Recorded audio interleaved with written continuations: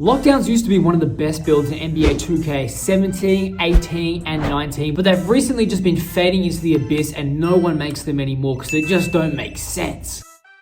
Now, Uncle Demi, the head of the Next Maker program for NBA 2K24, has released a video saying lockdowns are back. He also made a tweet a while ago saying that lockdowns are back for NBA 2K24 and I know which build I'm going to make a lockdown. And it's got a lot of old heads excited trying to bring back the glory days of 2K17 when lockdowns were a really good build. Because you know old heads, they love their defense. We're going to check out Uncle Demi's video, but first I have to tell you why lockdowns probably are never going to be what they used to be. Now, since the introduction of choosing your own attributes instead of being stuck with attributes that your build gives to you, people haven't really been prioritizing their physical stats like speed, strength, vertical, etc. because it makes way more sense to bump up your three ball as high as you can, try get contact dunks, try get glitchy dribble animations. All those things are so much more important than those stats. So as a result, people kind of just get the bare minimum speed and acceleration stuff that you need. And this makes sense even when making a lockdown build. If you can get an extra plus 40 strength, or you can get a plus 30 3-point shot, or you can get contact dunk animations, you're going to choose the 3-point shot or the dunk animations every single time. So you're never really going to make a pure lockdown build. And if you do, your lockdown build is never going to be as good as if you just chose the dunking stats. But here's why archetypes made lockdown so OP. Because if you put a 3-point shooting archetype in your build, your physical stats went to dirt, okay? It dropped your strength by, if your strength was gonna be here, if you're a playmaker, you chuck 3-point shooting as a secondary and it's all the way down to here.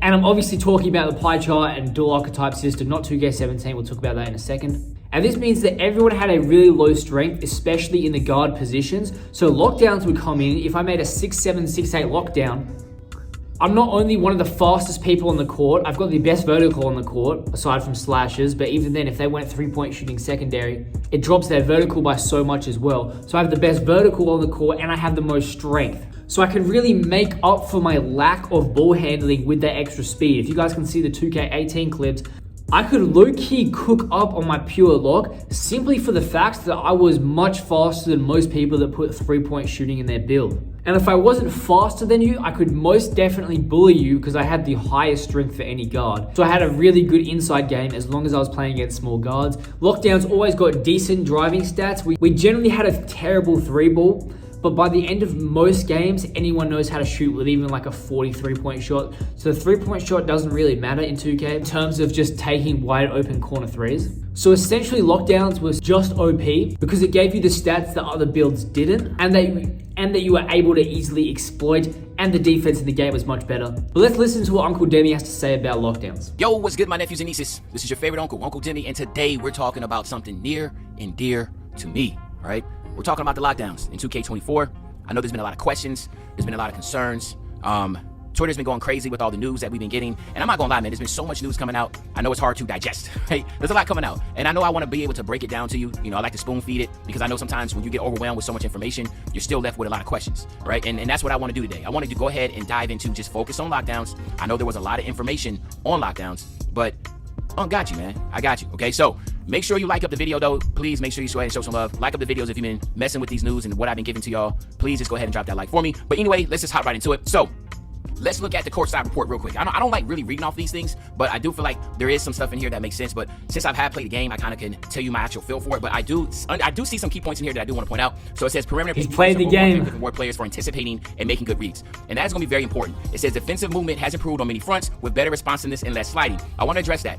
That is so true. That is so true. And I think that was always the hardest part about being a defender, was being able to stop. What made the left right so hard was because defenders just always slid. It was like defenders was actually dealing with real life physics, like running hard to the right, you try to stop, you kind of stutter, and then you go the other way. Whereas guards were able to move left, right, like there was no type of physics behind that, right? But now that is not the case. Like you're able to really mirror an individual, especially if you read them and you know they SIGs, or you just kind of, you know how most guards, they have a certain type of rhythm, how they want to go down the court. You're able to really read that. And then when it says better responsiveness, yes, if they burst to the left, I'm able to burst to the left. And the reason being is because there's some really dope new badges in the game. I can't speak on that, but there's some dope defensive badges in the game that's really, really going to change. Okay.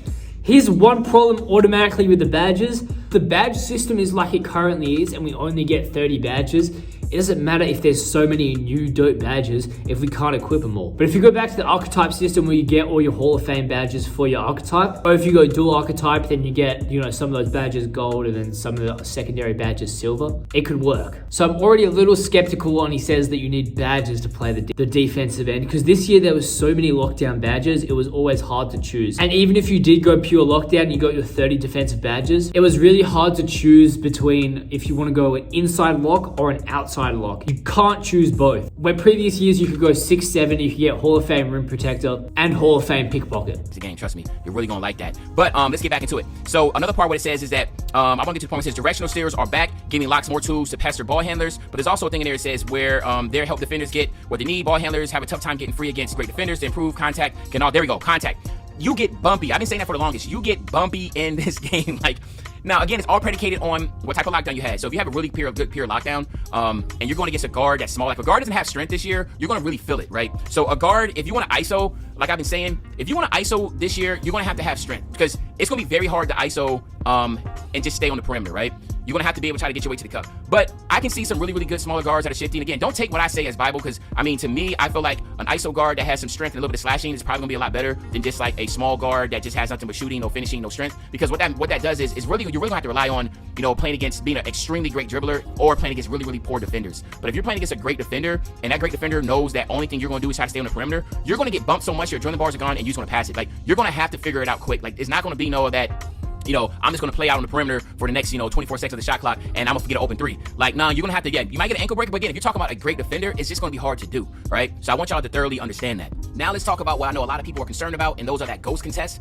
Again, I will say that for ghost contest, for the most part, I'll say like 98% is like gone, right? There is still some fluky stuff that you might get, but for the most part, it is gone. Like, you're not going to get that. And let me read let me read this part real quick, and then I'll get into what I'm talking about. It says, blocking requires more skill this year.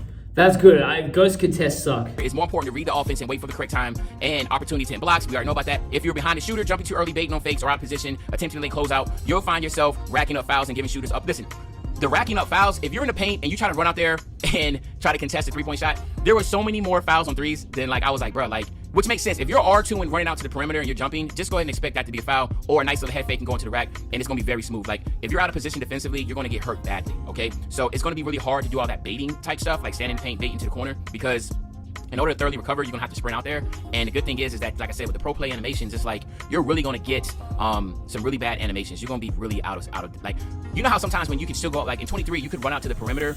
I don't know if I like that, because I feel like that's just gonna create a lot of cheese. At the end of the day, it's a game, and people are gonna be trying to find ways to abuse things. And a lot of the time, if you get a bit of lag, then you're out of position anyway. So if you lag a little bit and then you're trying to close out on the contest, and then it's a 50% chance you get the foul, that is going to be very annoying. And like, you could jump and still somehow recover, right? Y'all know what I'm talking about. Like, you could jump, still recover. Dude does a head fake and tries to go by you, and he still gets stuck. You know how like you get stuck on the jumping defender and all that? Nah, all that's gone, man. If you're in the paint and you get hit, that's good. If you jump, it should be an easy blow by, but it doesn't mean it should be an easy foul. A blow by, yes. Foul, no. Your man's in the corner for a three wide open. Just go ahead and take that L. He's either going to foul him on the shot, or you're going to go, or you might get the contest, but it just depends on how wild you run out there. Or three, he's just going to get right by you, and I think that's something that's really dope. I really like that about that, because it really causes you to play like great team defense and to be able to play instinctively. We already know the court is smaller than what it it's always a small field on the court, so it's always like, how can somebody stand on the basket and still contest the corner? I know that's been kind of changed a little bit, because I wasn't able to get that many type of contests standing on the basket going to the corner, because I really was something I hated a lot, especially if, as a lockdown, you sit in the corner, you're like, bro, like, the man was standing on the basket, like, I'm wide open in the corner, and he still got a contest, right? That stuff right there is gone, because a lot of it is not, it's going to be depicted. That is annoying. It's going to be depicted on your gather of your shot, where the actual defender is on the contest, so meaning like, how are you on his body, and that type of stuff. And then the second tier of the contest would be on where the actual hand and contest is at. So that's another part that's a lot different. A lot of ghost contests last year had a lot to do with just like you standing in the vicinity, and that's not going to be the case no more, because during that testing, it's like, I can't really talk about that part, but yeah, it was fixed. Just understand, like, there was things and it was fixed. Like, I put it like that. There was a lot of stuff that was fixed. Now, hey, listen, this is going to be the most important one right here, man. Shout out to my man Wolf. Now, Wolf, if you do not know who he is, he was a 2K League player for the Pacers Gaming, and then he became a dev for NBA 2K,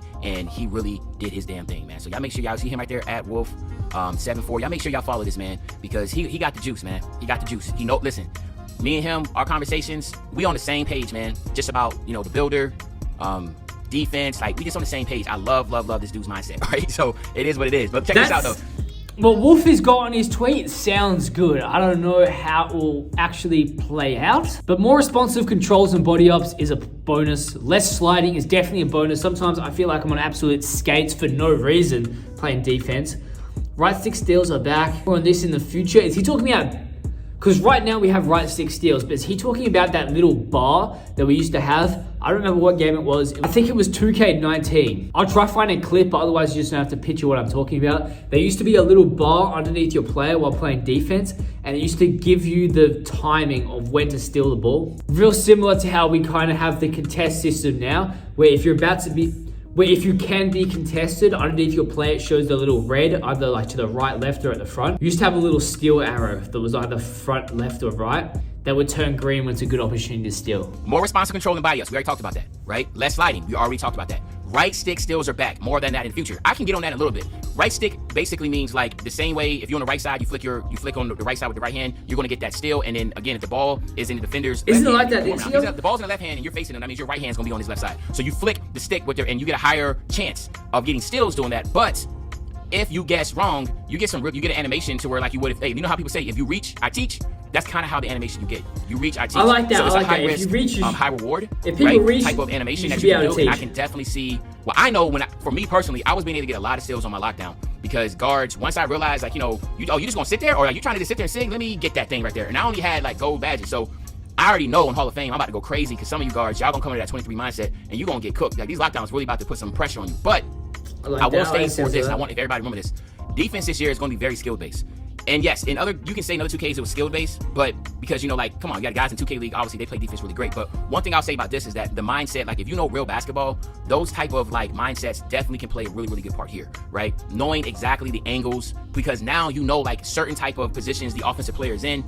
The expectation is, well, they can't do this, they can't explode here, so you can really read it and play it. Anticipating is going to be huge because you can get crazy bumps, animations. I'm talking about bumps where like people lose the ball, right? Not those weird bumps where like like the person's running bump and the ball just rolls away. Like you actually see like the offensive player bump, like stand up, bounce back, and like like stumble and the ball come out, or that type of deal. Like just really dope animations for defense. So there's a lot of appreciation in that, and Wolf has a lot to do with that. So again, if you want to be a lockdown, or if you feel like like a lockdown is something that you want to try, definitely go ahead and do it this year because lockdowns are going to play a very, very huge part in NBA 2K24. Just because they can be absolute game changers. I felt like in other 2Ks, it just was not relevant other than 2K19. They just weren't relevant because at that time, people 18 and 17 coming now. You don't even have to get steals to make crazy impacts now. You can get a lot of bumps, you can take away the guards of drilling, and then you can still be an effective player. And to me, that's game changing. That's important, right? So that's my whole spill right now on defensive lockdowns. And no, let me stop. I'm sorry. Let me go ahead and give the bigs some love. I'm gonna tell you right now, man. Bigs are going to be really good this year. And that's where I'm gonna put it at. 'Cause I don't know if I can say much about what else, but like the paint is going to listen. Paint defense is really, really strong.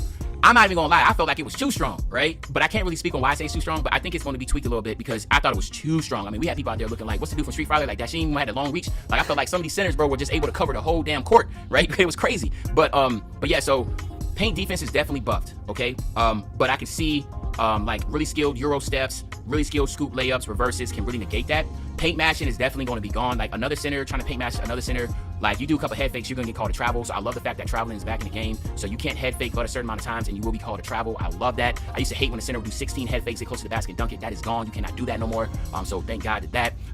But at the same time, post moves, again, I'm going into something different, but like post moves and fades and stuff got a buff. So it's like you can negate that. Again, I love the fact that, hey, a center's under the paint with his hands up, you go up on that, there is a big chance that you're going to miss that shot unless you do a skilled layup, Euro step, or contact dunk with the dunk meter. But again, you have to green it to make it. So again, like I said, there is a very good balance. You want OP offense, you want OP defense, you got it. I don't want to hear no complaints. The community asks for these things. We try the hardest to give it to you. So again, go ahead, give this game a chance from the start. I don't want to hear no complaining, no crying the first day on the game. When you get on and you're going to get somebody that grinded their ass off for 12 hours and got like gold badges on defense, and you out there with no badges or bronze and you getting destroyed, you got to put the hours in, work up, get your build right. Some of y'all don't need to go straight to the park. Some of y'all need to go in my career, get your badges, get everything up before you go in the park. Not everybody's built the same. Not a lot of people can just go in the park with no badges and cook up.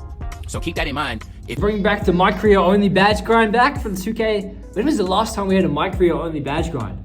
2K18, I think, was the first one where you could unlock them in Park. If you're having a difficult time in Park back? Or in Rec or something like that, maybe you just need to go to My Career, get your My Player up, get a couple more badges, and then go from there, okay? But anyway, that's my spill. If you're loving these type of videos, please go ahead and click one of these links right here, man, because I greatly appreciate it. Like up the video, and as usual, your favorite old head, Uncle Jimmy. I'll be back really, really soon with another banger, man. Okay, really only interesting thing about that was they're saying The defensive mechanics and the defensive badges are getting a buff. Nothing really about in terms of how the lockdown is actually going to be played and what kind of stats we're going to have in addition to our defense. But yeah, it sounds promising. Maybe can get back in the lockdown grind, but we'll see when the builder comes out. Hey man, if you guys enjoyed the video, please hit that like, subscribe button. I really do appreciate it, and I'm out. See ya.